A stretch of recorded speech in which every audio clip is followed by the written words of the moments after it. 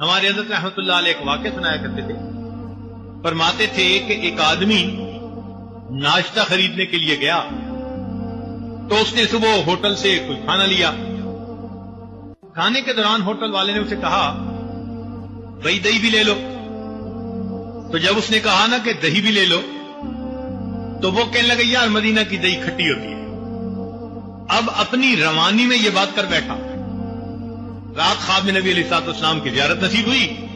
نبی علیہ الصلوۃ والسلام بہت جلال میں فرمایا تم کہتے ہو کہ مدینہ کی دہی کھٹی ہوتی ہے لہذا یہاں سے چلے جاؤ.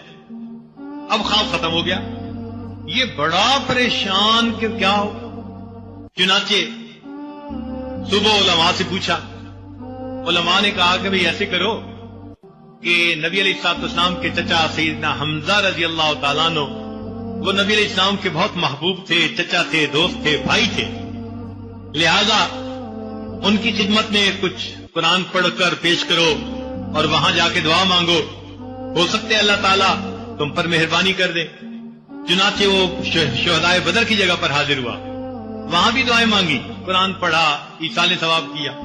رات خواب میں سیدنا حمزہ رضی اللہ عنہ کی زیارت نصیب ہوئی، مگر حمزہ رضی اللہ عنہ نے اس شخص کو کہا کہ دیکھ تجھے نبی علیہ السلام حکم فرما چکے ہیں کہ یہاں سے باہر چلا جا، اگر تو باہر نہیں نکلے گا تو تیرا ایمان سلب ہونے کا اندیشہ ہے، فوراً چلا جا یہاں سے.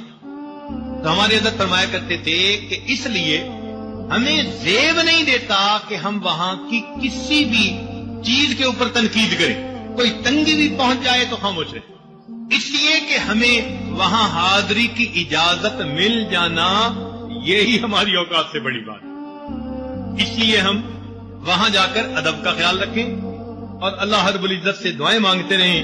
اللہ جب آپ نے اس محبوب صلی اللہ علیہ وسلم کے قدموں میں ہمیں یہاں پہنچا دیا تو اب اپنی رحمت سے اللہ ہمیں یہاں کی برکتوں سے بھی حصہ عطا فرما دی.